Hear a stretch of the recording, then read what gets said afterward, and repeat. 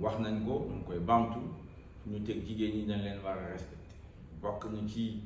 jikko yi yoo xam ne dañ ci war a yar xale yi bokk na ci tamit doxalin yoo xam ne ñun gëm nañ ne loolu dafa war ndaxte yonent bi sallallahu alayhi wa sallam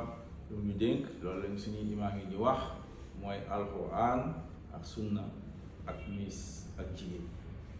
donc loolu moo tax ma bëggoon tey waxtaan ci tuuti rek waxtaan bu gàtt jigéen ñi Sénégal sooy dégg ñu dugg ñu nekk ci langue politique bi dañoo autonomisation des femmes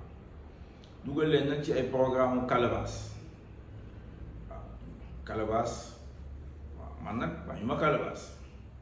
gis naa jigéen yu bari ñu ci yëngatu am na sax ñu may wax ne am na ñu gis seen bopp mais gëm naa ne suñu bëggee jigéenu Sénégal ñoom ci seen bopp dañu war a tekki am njëriñ